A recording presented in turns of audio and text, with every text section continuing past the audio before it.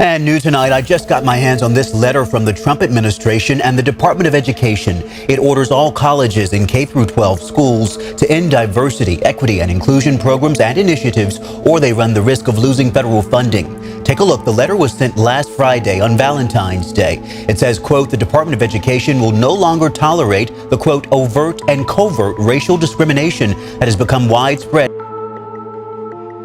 We need to find out what went wrong here so it doesn't happen again. The President of the United States fired a bunch of people for no reason who are supposed to be in charge, and he's taking, as usual, no responsibility. So the blamer-in-chief, rather than being the consoler-in-chief, is behaving in a way that's appalling. Is the government truly doing enough to support diversity, equity, and inclusion? Or are these efforts just empty promises? Let's dive in and find out.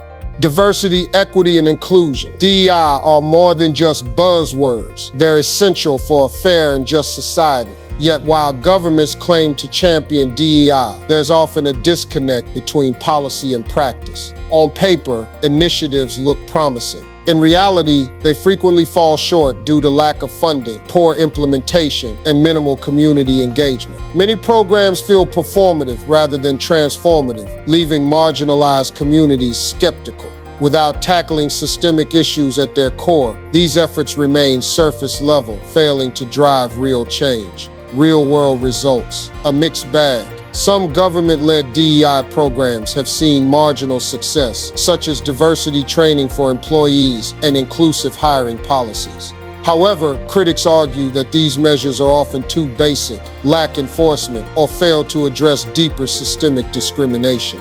For example, government contracting policies aimed at increasing diversity have helped some minority-owned businesses, but loopholes and weak oversight limit their effectiveness. LGBTQ+ rights have progressed legally, but healthcare and education inequalities persist. The response to the Black Lives Matter movement varied widely. Some governments took meaningful action, while others ignored or even dismissed demands for change, deepening public distrust. For example, a diverse government is a step forward, but representation alone isn't enough.